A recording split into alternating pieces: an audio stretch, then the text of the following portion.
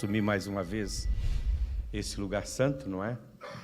Que é de onde emana as bênçãos de Deus para a igreja. Fui tão abençoado com os louvores, que tocou muito o nosso coração. A Sônia deu aqui uma interpretação, não é? E eu não faria diferente, porque eu estava tão cheio de gozo depois que terminou o louvor, que não dá para aguentar, não é? São aquelas coisas que transcendem a gente. É um prazer conhecer alguns que estão pela primeira vez. Sejam bem-vindos, muito bem-vindos. Ao casal que já é a terceira vez, já não vamos apresentar vocês, agora vocês já sintam de casa, viu? Vocês já são parte da família, venham quando quiser, a igreja é vossa. E no que precisar, estamos aqui à disposição de vocês, tá bem? E aos queridos que estão em casa, a paz do Senhor, um bom dia também para vocês. Espero que esta manhã seja uma manhã de bênção para todos nós. Convido vocês a ficar de pé, vamos ler a palavra. Apocalipse, capítulo de número 21. Eu quero hoje trazer, talvez introduzir aqui. Eu possivelmente não vou conseguir falar, porque temos a Santa Ceia e eu não quero terminar muito tarde, porque eu ainda vou descer para a Albufeira hoje, vou estar no culto ali daqui a pouco, mais à tarde. E então não quero atrasar também, por conta dos irmãos que têm os seus almoços, seus compromissos, não é? E também por causa do meu compromisso que tem agora à tarde ali em Albufeira. Antes de sair para Albufeira temos um compromisso, depois vou estar descendo para Albufeira, de lá subindo direto para a base missionária. Então, ore por mim, ore pela minha saúde, principalmente nesse momento. Estou um pouco aí com a garganta não está grandes coisas, mas Deus é bom. Apocalipse 21, a partir do primeiro verso, nós vamos ler até o verso 10. Vamos ler alguns versos desse capítulo. E nós vamos falar sobre a natureza de Deus, um pouco sobre a natureza de Deus. E vamos tocar um pouco dentro de alguns pontos importantes aqui. E vi o novo céu e a nova terra, pois o primeiro céu e a primeira terra passaram, e o mar já não existe. Vi também a cidade santa, a nova Jerusalém, que descia do céu, da parte de Deus, preparada como uma noiva, ataviada para o seu noivo. Então ouvi uma voz forte que vinha do trono e dizia: Eis o tabernáculo de Deus com seres humanos, Deus habitará com eles. E eles serão povos de Deus, e Deus mesmo estará com eles, e será o Deus deles. E lhes enxugará dos olhos toda lágrima, já não existirá mais morte, já não haverá luto, nem pranto, nem dor, porque as primeiras coisas passaram. E aquele que estava sentado no trono disse: Eis que faço nova todas as coisas, e acrescentou: Escreva, porque estas palavras são fiéis e verdadeiras. Disse-me ainda: Tudo está feito, eu sou o Alfa e o Ômega, o princípio e o fim. Eu, a quem tem sede, darei de graça da fonte da água da vida. E o vencedor herdará estas coisas, e eu serei o seu Deus, eu serei o Deus dele, e ele será o meu filho.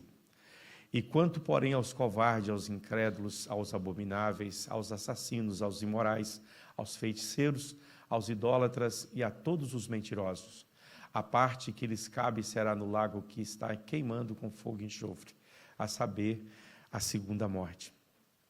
Então veio um dos 7 anjos que tinha as 7 taças cheias das últimas 7 flagelos e falou comigo dizendo: Venha, e eu vou mostrar-lhe a noiva, a esposa do Cordeiro. E ele me levou no espírito a uma grande e elevada montanha e me mostrou a cidade santa, Jerusalém, que descia do céu da parte de Deus. Amém. Senhor, obrigado pela tua palavra.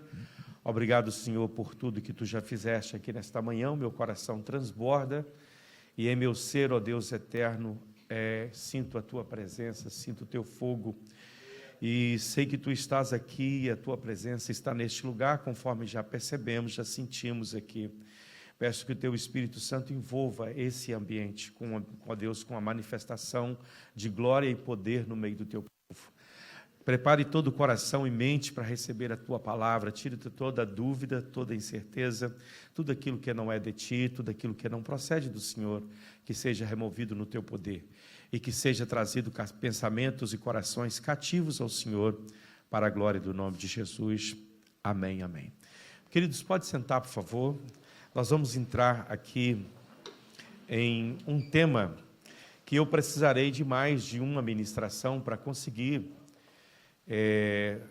falar, talvez apenas tocar em pontos elementares daquilo que eu quero falar. Não conseguirei, claro, ir até a profundidade, mas até onde Deus me permitiria, eu creio que você vai poder compreender a base da mensagem que Deus tem para o seu coração e para a sua vida nesta manhã. Eu quero falar um pouco a respeito desses dois últimos capítulos, os capítulos finais da Bíblia, que é o 21 e 22 de Apocalipse. E esses dois capítulos, eles talvez tenham aí a chave para a compreensão, não só dos dois capítulos, não é?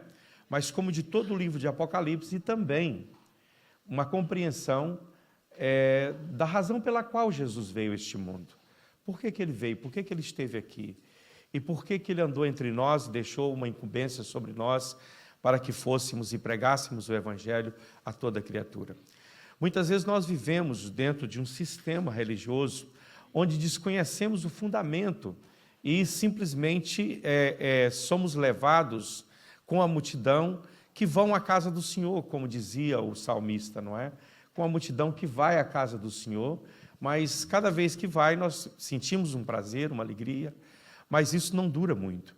Isso dura muito pouco tempo, porque o nosso entendimento daquilo para que fomos chamados, muitas vezes está embotado, muitas vezes está completamente toldado, por conta da nossa falta de compreensão, muitas vezes. Não é culpa nossa, não é? Que não compreendamos. Talvez há muitas coisas que precisamos aprofundar, e Deus traz pessoas com as quais Ele conta para estar abrindo os nossos olhos e mostrando o caminho. Primeiramente, antes de avançar aqui, eu queria ler alguns 2 versículos ainda. Hebreus capítulo 12, eu quero que coloque para mim, por favor, Hebreus 12, eu creio que é o verso 22, eu coloquei aqui o verso 2, mas não é o 2, mas deve ser exatamente. Pelo contrário, vocês chegaram onde? Onde nós chegamos? Se eu digo para você assim, você chegou em Lisboa, isso quer dizer que você está onde? Em Lisboa. Você está em Portugal, você está em Lisboa.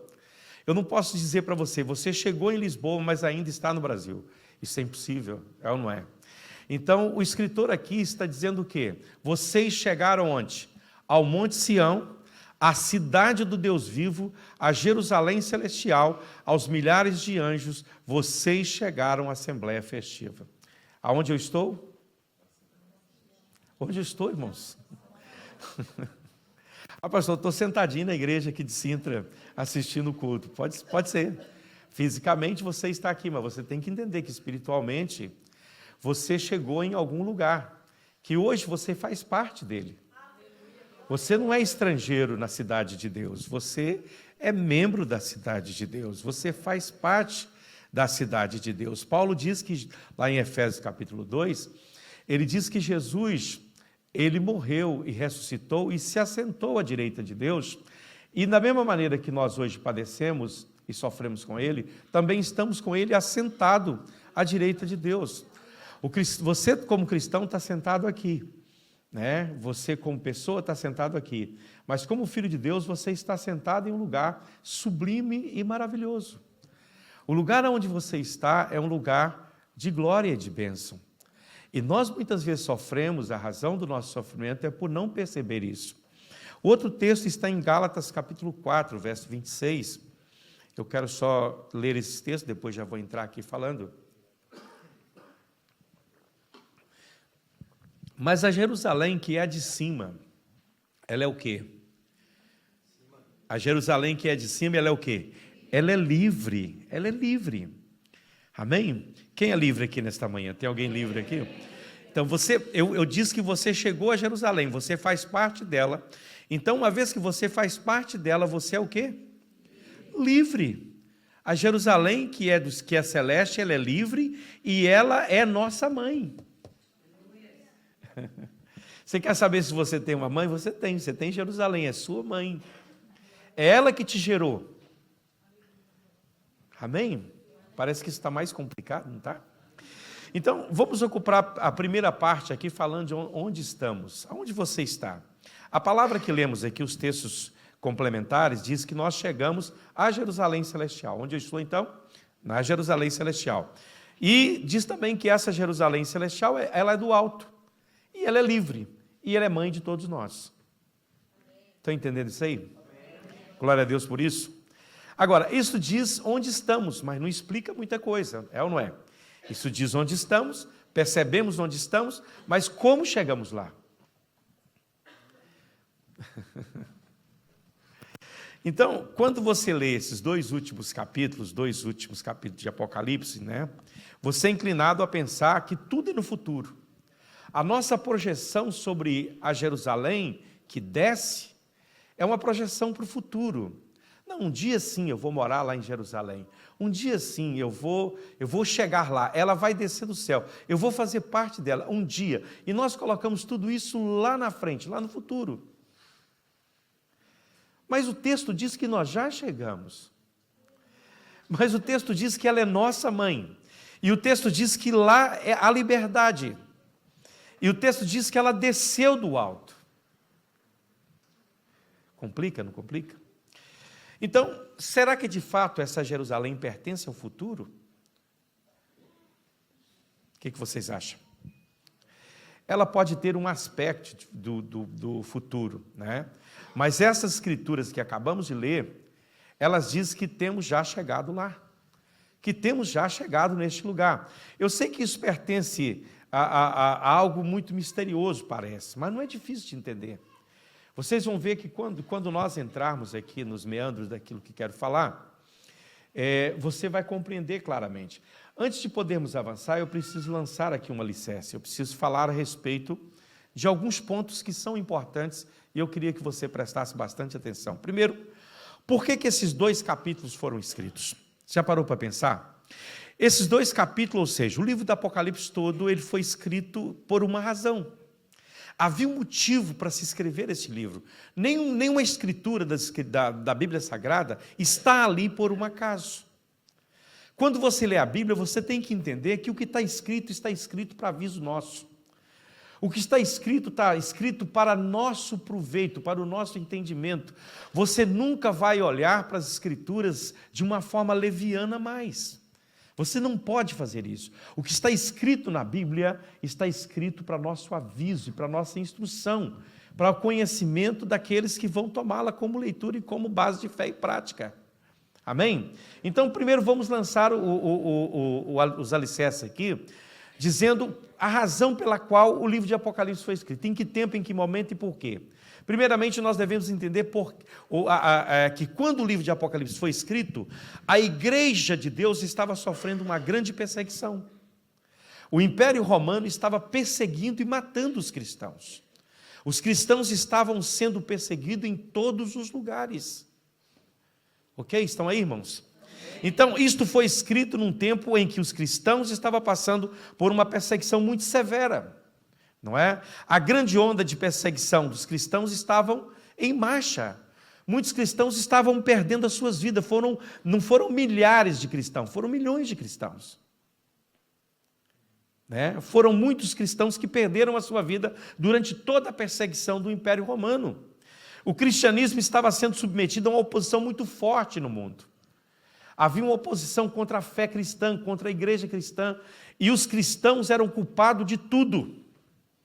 Tudo que acontecia de errado, inclusive o próprio Nero, né, colocou fogo em Roma e disse que foi os cristãos que incendiou aquele negócio lá, que botou fogo lá, né?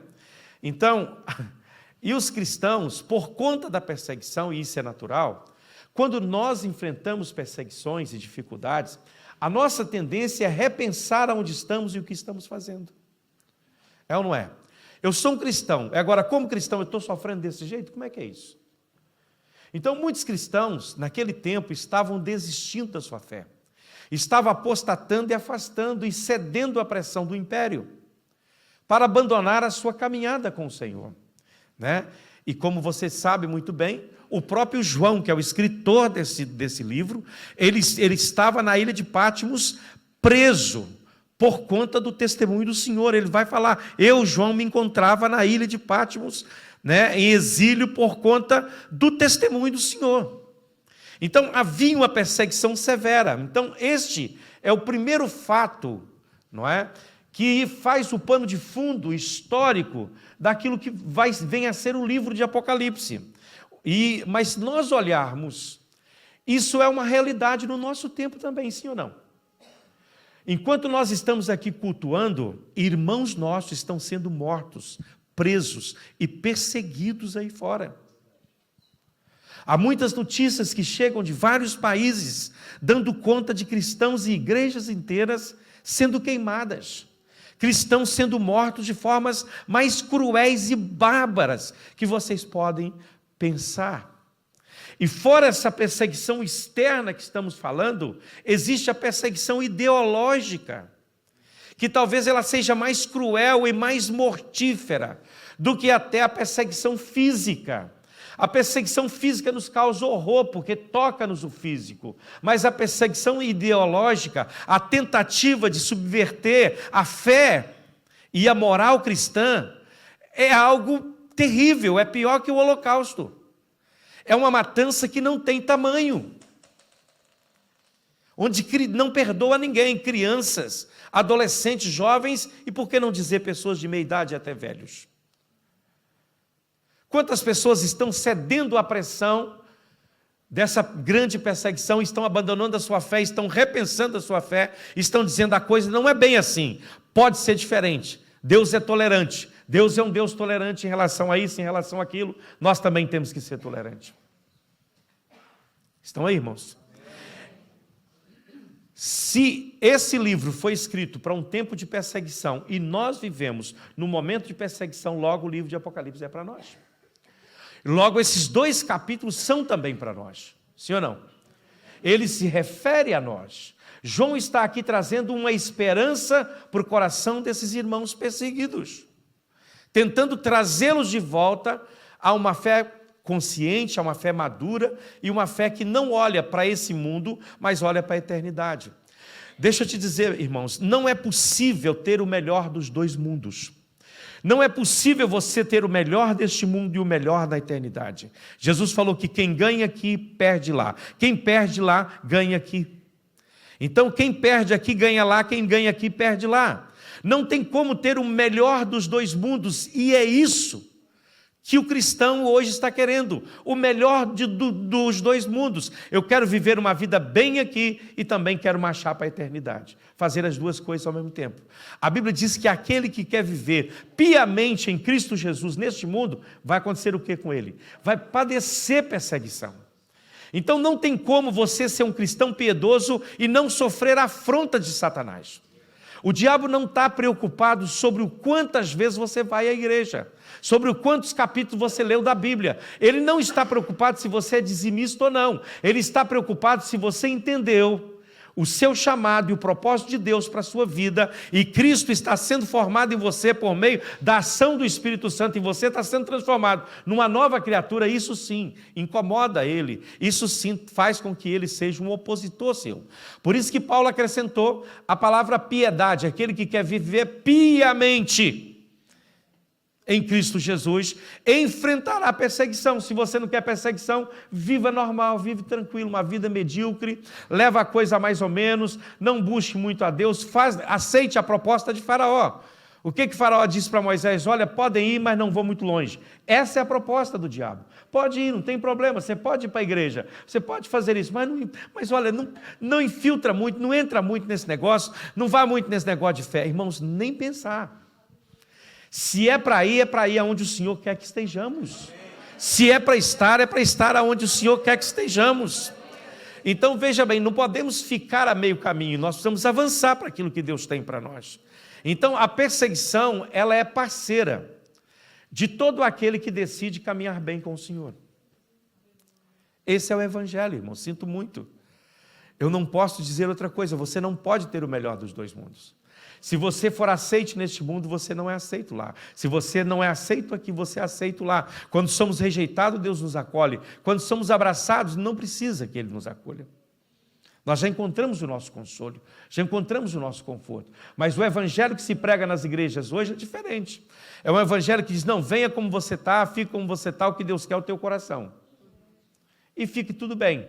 Você pode passar aqui a sua vida inteira dentro da igreja e depois você vai para o céu. No final, Deus vai salvar todo mundo mesmo.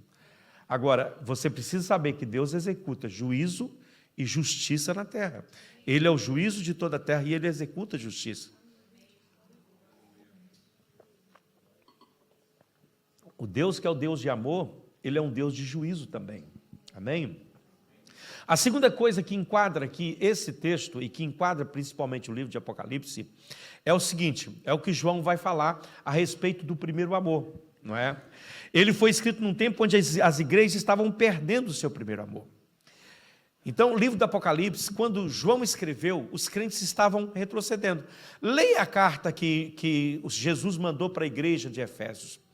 Você vai ver uma igreja perfeita, uma igreja século 21 perfeita.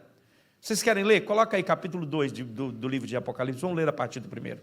A igreja século 21 está aqui. Né? Muitas igrejas você pode olhar para ela e falar, não, encaixa aqui. Mas aí Deus vai apontar uma coisa. Ao anjo da igreja que está em Efésios escreve, estas coisas diz aquele que conserva na sua mão direita as 7 estrelas e que anda no meio dos 7 candelabros de ouro. Conheço as obras que você realiza, tanto o seu esforço como a sua perseverança. Temos visto isso nas igrejas? Esforço e perseverança, sim. Sei que você não pode suportar aos maus, falamos contra os maus, e que pôs à prova os que se declararam apóstolos e não são, e descobriste que ele é mentiroso. Quer dizer, fizeste um escrutínio e descobriste que aqueles que diziam que era apóstolo não eram. Vocês têm perseverança, suportam as provas por causa do meu nome, sem esmurecer. Olha que coisa linda. Tenho, porém, contra você o seguinte, você abandonou o seu primeiro amor. Quer dizer, está tudo bem nessa igreja, porém tem um ponto que está mal, e o ponto que está mal é o ponto que tem que ser corrigido. Vocês estão aí, irmãos? Para que possamos ter a bênção de Deus, precisamos resolver essa questão. E a igreja do tempo de João aqui, quando ele escreve a sua carta, era uma igreja que estava afastando do primeiro amor. Afastando do primeiro amor. Uma mudança estava em marcha dentro da igreja. Eles estavam dividindo o seu amor, o amor dos crentes estava dividido. Eles já não amavam, o Léo pregou aqui sexta-feira, e é um texto que eu gosto muito, aquele texto que fala de amar a Deus, né, de todo o coração, de toda a sua alma, com todas as suas forças. Porque, irmãos, se você for pensar bem, nós só podemos fazer isso em Jesus Cristo, de nós mesmos não conseguimos. Era a grande crise de Martinho Lutero, não é? Quando ele lia esse texto, ele era confrontado, ele dizia, eu não amo a Deus de todo o meu coração.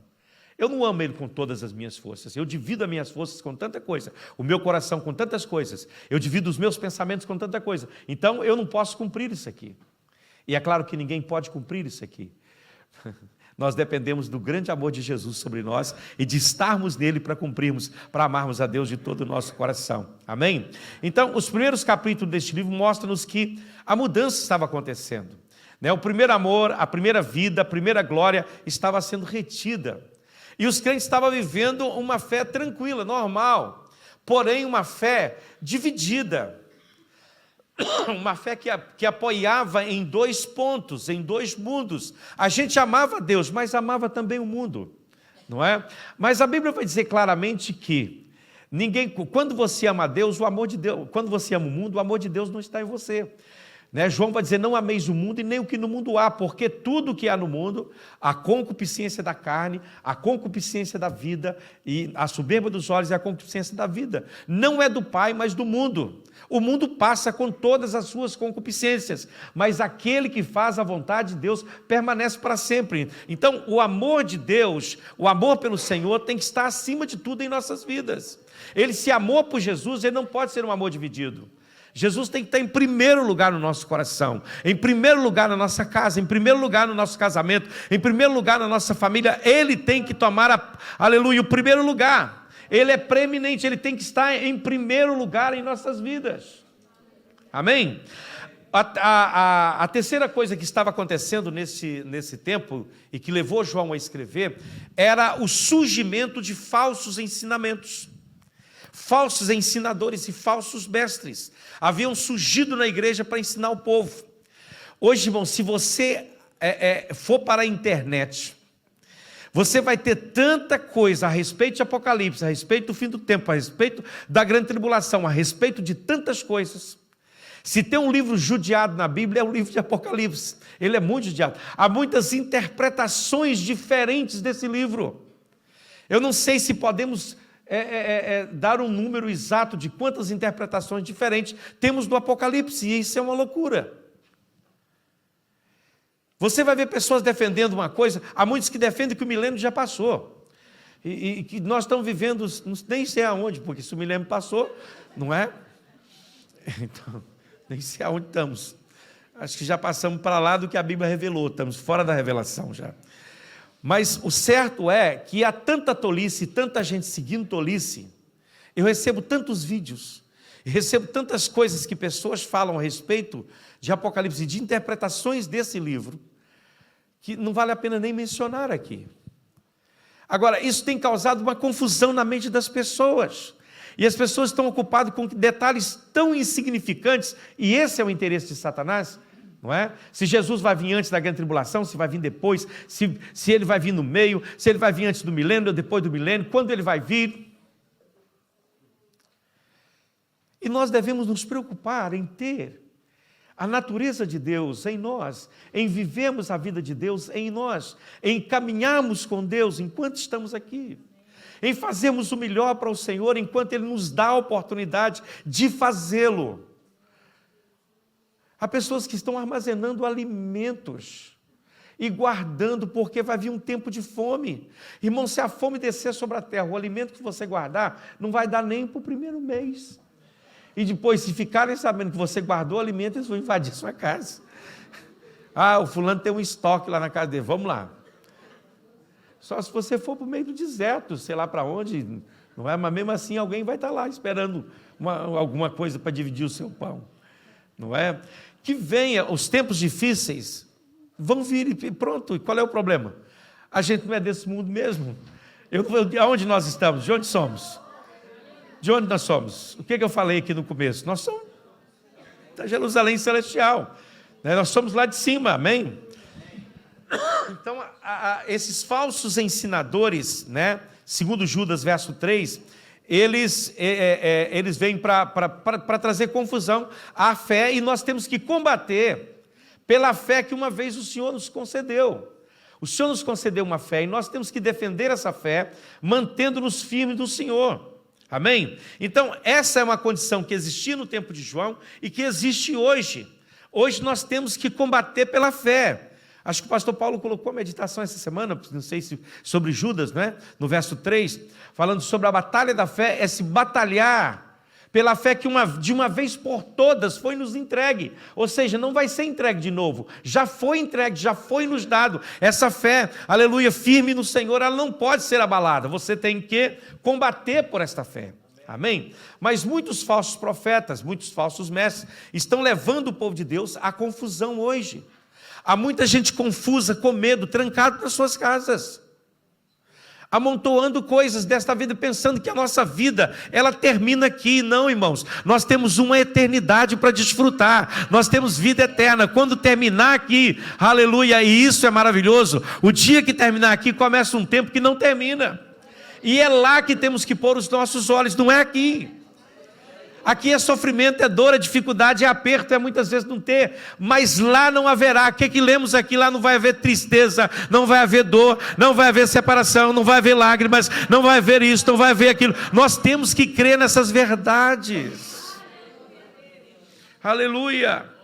E como estava no tempo de João, hoje não é diferente. 1 de João capítulo 2, versículo 28, né? João vai dizer exatamente isso, que muitos falsos cristos, não é? Agora, filhinhos, permaneça nele que é em Cristo, para que quando ele se manifestar, tenhamos confiança e não sejamos envergonhados de nos termos afastado dele no dia da sua vida.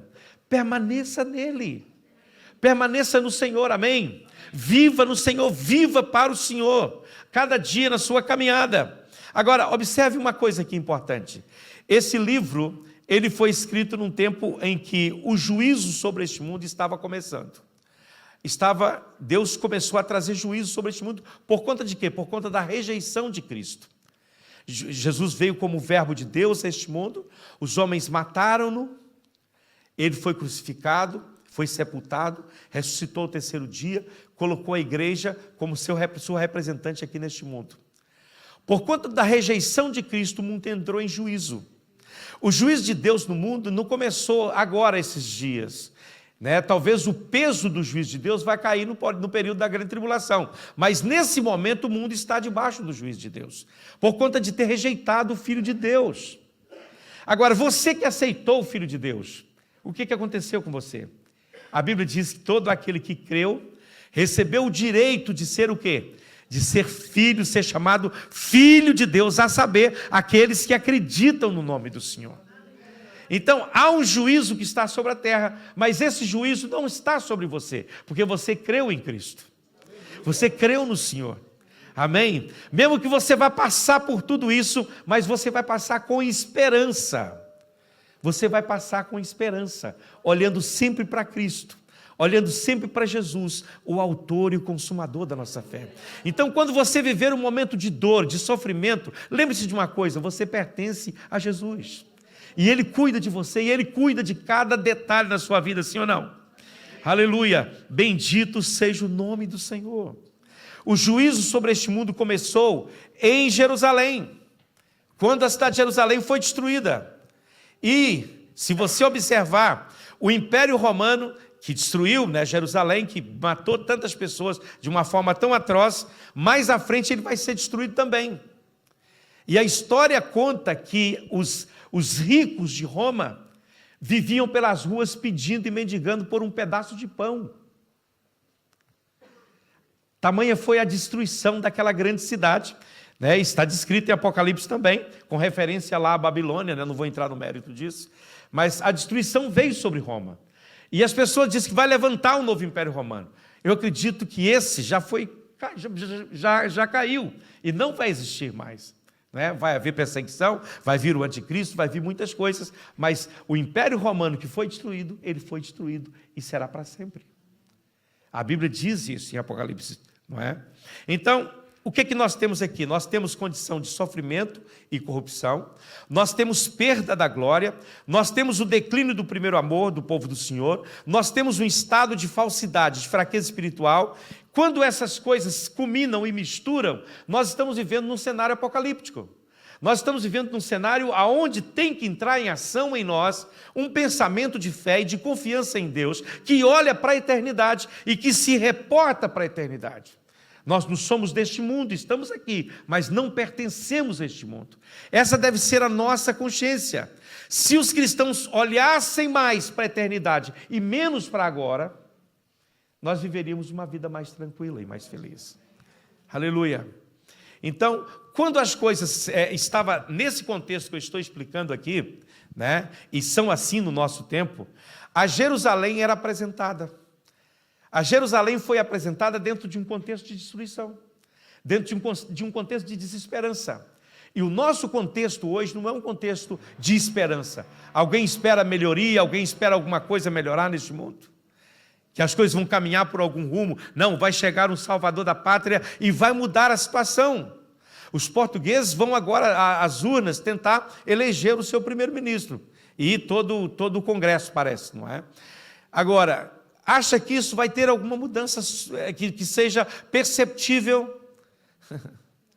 Obviamente, a tendência das coisas no mundo é caminhar para um fim trágico, e é para lá que a gente está indo, porque exatamente esse é o cenário para o anticristo, e a gente está caminhando nessa direção.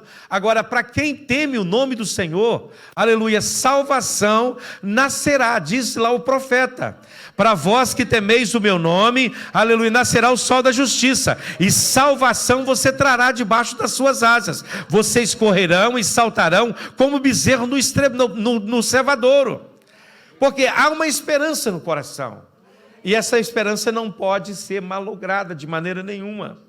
Agora, diante de tudo que falei, o que significa tudo isso? Estou só na introdução, né? Porque eu queria entrar na mensagem, mas não vou conseguir. O cristão que leva a sua vida cristã a sério, olhe para mim, por favor, irmãos. O cristão que leva a sua vida cristã a sério, sempre procura por algo que explique a sua experiência. Por que eu estou neste mundo e eu vejo tantas pessoas desesperadas à minha volta, mas eu não consigo me abater diante disso? Não é? Quando nós olhamos para o gemido da criação, conforme está em Romanos 8, a pergunta que fica é até onde isso vai chegar e o que significa esse grande gemido. Porque dentro de você sente uma paz tremenda. E você não entende por que as pessoas estão vivendo um conflito tremendo. Mas o que faz de você sentir o que você sente diante de tanta calamidade é exatamente a certeza de que você não pertence a este mundo. Você está aqui neste mundo, mas você não pertence a este mundo, não é? Mas a gente sempre pergunta o que significa isto, não é? Por que isso está acontecendo? Para onde tudo isso está levando a gente? Olha para o mundo e pergunte, veja o mundo que está à sua volta. Se as coisas não estão muito difíceis. Estão ou não está? Para você manter a sua fé, estou dizendo. Para viver não, viver a gente vive um dia de cada vez e vamos em frente. Mas para você manter a sua fé, para você poder levantar de manhã e declarar, eu creio em Cristo. E depois você vai para a rua, você vê uma criança abandonada, você vê alguém virando uma lata de lixo para tentar encontrar comida. Aí você vê a própria natureza sendo degradada, você vê, se você for para um hospital, né? A Cília teve esses dias no hospital, estava contando as experiências dela. Se você for a um hospital, quem trabalha lá sabe que é gemido, é clamor. E o gemido quer dizer, o que significa isso? Por que eu estou sofrendo assim? Por que a Bíblia vai dizer que a criação geme? E não só a criação, né? No capítulo 8, verso 22 de Romanos, diz que a criação geme e ela pede uma resposta, uma explicação para isso, não é? Mas diz lá que nós também gememos. Nós que temos as primícias também gememos, porque vemos o clamor das pessoas e isso causa em nós um certo clamor por uma resposta. É ou não é? O que vocês acham disso, irmãos? Então, a nossa pergunta é o que significa tudo isso? Por que o homem tem que sofrer tanto? Por que as pessoas sofrem tanto? Por que há tanta angústia assim no mundo? Por que há tantas pessoas que estão tão para baixo? Porque vivemos no mundo dentro dessa condição. O que significa toda essa dificuldade que as pessoas estão enfrentando? Para onde isso tudo está nos levando? Quando você ouve notícia de cristãos sendo massacrado da forma como estão sendo no mundo, você diz, aonde isso vai parar? Quando você vê a guerra, o homem criando guerra para acabar com guerra, irmãos, é a pior tolice, eu nunca vi isso, é uma insanidade isso. Não, vamos criar uma guerra para acabar com essa guerra. Mas então, não é mais do mesmo? Pare um pouco e pense. Parece que as mentes brilhantes do mundo não pensam. É ou não é? Não para um pouco para pensar nisso. Para que tanta confusão? Por que tanto estresse? Sendo que tudo poderia ser resolvido numa só coisa, o homem aceitar que Jesus é o Senhor absoluto de tudo, e que Ele é aquele que controla todas as coisas, e na mão dEle está todo o poder. Mas o segredo de tudo e eu quero tentar explicar qual é o segredo de tudo isso, né? E eu estou certo de que esses últimos 2 capítulos da Bíblia Sagrada são os melhores capítulos para explicar exatamente isso. Se apenas nós entendêssemos esses 2 capítulos, 21 e 22 de Apocalipse, uma grande luz, ela penetraria, o próprio texto vai falar sobre essa luz, não é? Que entraria em nós e que nos faria compreender a razão de tudo que está passando e o porquê que as pessoas vivem como estão vivendo. E por que as coisas estão acontecendo como estão acontecendo, não é? Não estou apenas usando aqui palavras, eu estive sobre isso por muitos dias. Porque a revelação inicialmente não tinha nada disso que eu coloquei aqui como pano de fundo. Era uma revelação muito simples, clara e objetiva, que Deus trouxe ao meu coração a respeito dessa grande verdade. Mas eu estou nisso há semanas, pensando com Deus, orando a Deus e buscando de Deus como falar isso de forma que todos vós podeis compreender. A explicação, a chave para sairmos disso. A chave para compreendermos isso, eu queria ter tempo para falar de tudo, não tenho, né? Mas dentro do tempo que tem, alguns minutos ainda, eu gostaria de falar sobre o segredo de tudo isso. Há uma coisa que governa tudo na Bíblia, e nós precisamos entender isso. Há algo que quando você lê as Escrituras, você tem que saber, isso aqui governa, é o que permeia todas as Escrituras. Aleluia. E não podemos fugir disso, porque se fugirmos disso, não vamos conseguir entender nada daquilo que as Escrituras estão dizendo. E a plenitude disso que eu estou falando está nesses 2 capítulos, né? E para mim a palavra seria exatamente a chave para todas essas coisas, para mim, na minha perspectiva. A coisa que governa tudo na Bíblia, desde o princípio até o final, desde o Gênesis até o Apocalipse, é a natureza de Deus. Quem Deus é.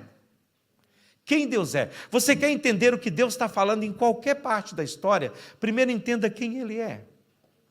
Qual é a natureza de Deus? Deus é um espírito pessoal. Ele é uma pessoa, mas Ele é uma pessoa que existe em espírito. Então, irmãos. Então, guarde esta frase, a natureza de Deus, diga comigo, a natureza de Deus governa tudo. Ela que rege todas as coisas, e é pela natureza de Deus que queremos dizer, que quando falo de natureza de Deus, estou dizendo daquilo que Deus é constituído. Você não pode fazer algo que você não foi constituído para fazer. Você só pode fazer as coisas que você foi constituído para fazer.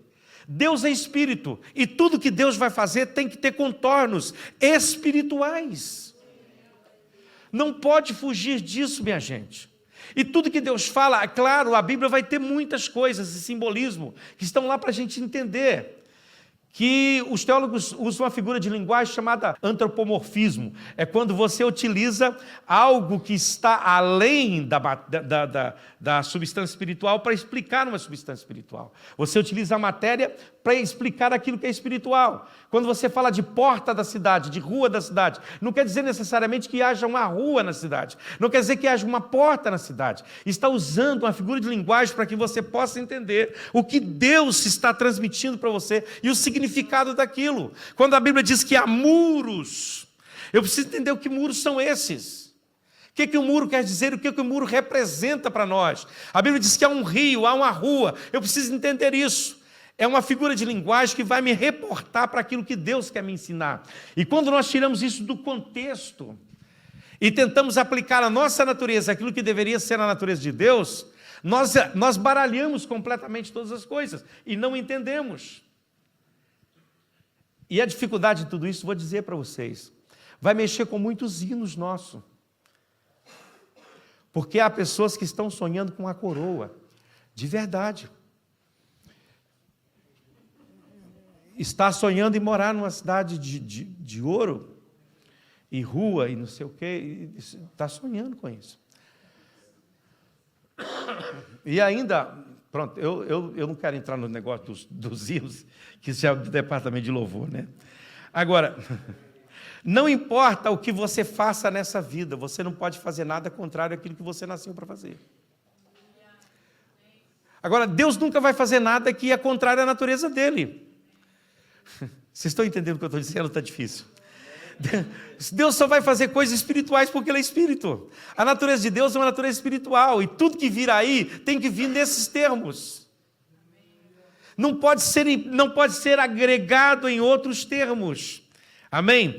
A sua constituição que faz você ser e se comportar como você é. Você foi constituído, você foi formado de uma forma. E por mais que as pessoas queiram te moldar, você sempre vai estar ali, está pesado, está difícil. O grande clamor da criação e o grande clamor dos homens é que os homens não conseguem se amoldar àquilo que é o pensamento de Deus. Aquilo que Deus de fato quer.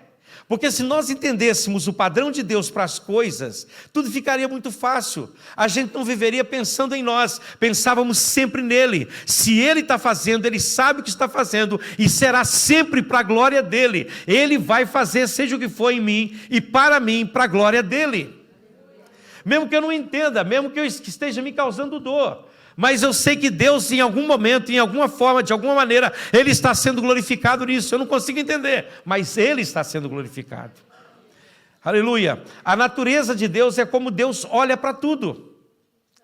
É como Deus olha para você. Aleluia. Uma vez um homem chegou junto ao Rio Jordão, João Batista estava batizando. Esse homem veio até João Batista para ser batizado. Tinha muitas pessoas sendo batizadas ali. Amém? Mas quando esse homem foi ser batizado, a Bíblia diz que desceu do céu, irmão, em formato de uma pomba. O Espírito Santo veio sobre ele. E Deus olhou lá do céu e falou: esse é o meu filho amado. Porque aquilo que é compatível com a natureza de Deus, Deus tem prazer. Há um prazer em Deus, o prazer de Deus está em Cristo. Por isso que Deus disse: olha, esse é o meu filho amado em quem eu tenho prazer. Agora, quando Deus olha para uma coisa que não é compatível a Ele, os seus olhos são fechados para isso. Aleluia. Ele não consegue ver. Então, muitas obras que nós estamos fazendo em nome de Deus, Deus nem está vendo, irmãos. Porque não é segundo a natureza dele. Não é segundo o pensamento dele. Mas, pastor, estou me esforçando, estou suando a camisa, estou dando o meu melhor. Mas você está fazendo tudo isso não para ele. Não segundo a natureza dele. Não para a glória dele. Não porque ele te incumbiu ou mandou fazer. Não porque ele será o primeiro, aleluia, a receber glória por aquilo. Ou o único. Esse é o pensamento. Então, quando Deus olha para algo que é compatível com a natureza dele, ele diz: eu tenho prazer nisso aqui. Eu tenho alegria nisso aqui. Isso aqui está sendo feito para a minha glória. Isso aqui está sendo feito para a minha honra. Isso aqui está sendo feito para a exaltação do meu nome. Quantas obras dos homens vão se queimar, irmãos? Quantos trabalhos vão ser desfeitos? Fica de pé, por favor, irmãos. Deus julga tudo segundo a sua própria natureza. Deus olha para todas as coisas segundo a sua própria natureza. Ele decide tudo segundo a sua natureza. Deus determina o destino para a eternidade no pradão da sua própria natureza. Aleluia. Eu pergunto, isso é muito difícil para você compreender? Você conseguiu compreender o que eu disse, sim ou não? E com isso eu quero dizer o quê? Você nunca vai compreender a nova cidade de Jerusalém, enquanto você não entender isso. Você nunca entenderá por que Jesus veio, por que a gente vai participar do corpo e do sangue do Senhor aqui agora. Nunca vai entender. Se você não entender isso, que tudo que Deus faz tem que estar compatível com a natureza e com o ser de Deus. Aleluia. Deus está decidindo o destino deste mundo, irmãos. E como Ele está decidindo o destino deste mundo? A partir do ponto de vista da sua própria natureza. E a partir da perspectiva de como as pessoas olham e encaram Jesus. O que Jesus é para você? Porque o prazer de Deus não está em você. O prazer de Deus está em Cristo. Eu até gosto daquela música que vocês cantaram por último. Ela tem uns pontos que é bonito nela. Mas quando a gente coloca o homem como um ser muito precioso, nós estamos desviando o olhar de Deus. Porque se Deus olhar para você e para mim, Ele não vai ver coisa boa alguma. Paulo, em Romanos capítulo 7, ele diz: porque eu sei que na minha carne, ou seja, no meu corpo, ou seja, na minha carne, não habita bem algum. Deus jamais iria subir montanha e subir isso por causa de mim. Entenda isso, por favor. Entenda a parábola da ovelha perdida dentro do seu contexto. Estão entendendo? Entenda isso, por favor. O zelo de Deus é por Jesus. Você pode clamar e dizer: Deus, manifesta a sua presença. Eu posso te dizer com toda clareza: a presença de Deus não está com os homens. A presença de Deus está em Cristo. Deus está em Cristo. Se Cristo está presente, logo Deus está presente. Mas se Cristo não está presente, pode esquecer a presença de Deus, pode esquecer qualquer outra coisa que você pode imaginar. Porque o prazer de Deus não está no homem, está em Cristo. E quem está em Cristo é nova criatura, e o prazer de Deus está nele por conta de Cristo. por conta daquilo que Jesus é, por conta daquilo que Ele, Jesus, representa e identifica com Deus, né? Aleluia.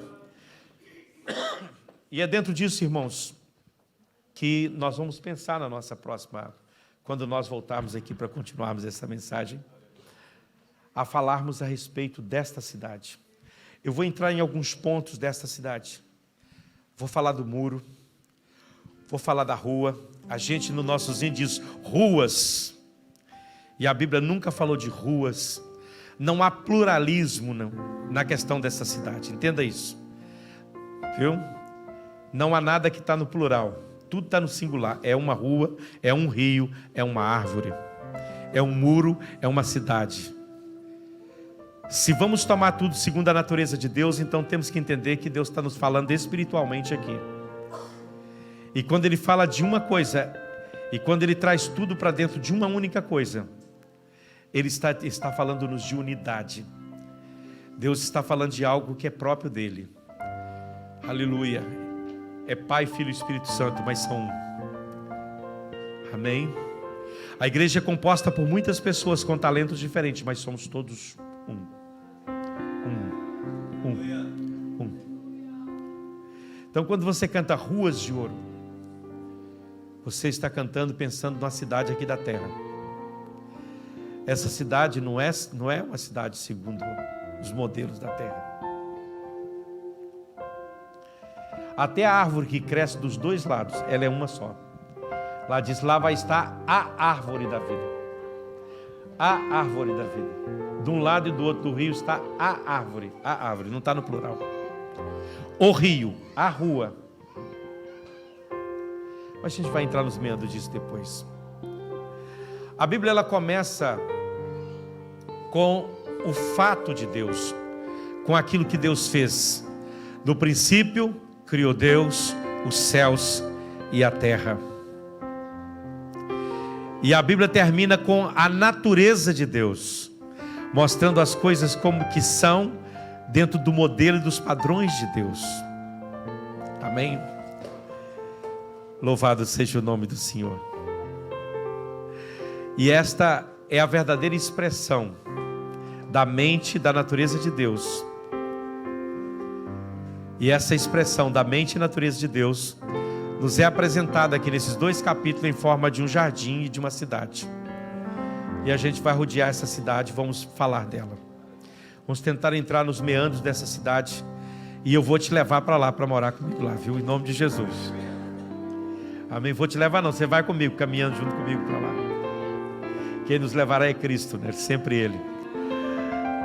Eu quero que você esteja lá, quero que você esteja no lugar de delícia, irmão. Eu quero que você viva isso hoje, que você experimente isso hoje na sua vida. Alguns detalhes tão pequenos, mas que faz toda a diferença na nossa caminhada, na nossa vida aqui. Entenda isso, em nome do Senhor. Tudo que Deus faz, Ele faz para a sua glória. Tudo que Ele faz, Ele coloca a sua impressão digital lá. Amém? Você vai ver isso em tudo que foi criado. Que Deus nos ajude a entender e compreender a sua vontade na nossa caminhada aqui neste mundo. Vamos cantar? Vamos adorar o Deus Todo-Poderoso enquanto a gente desce para celebrarmos a ceia do Senhor.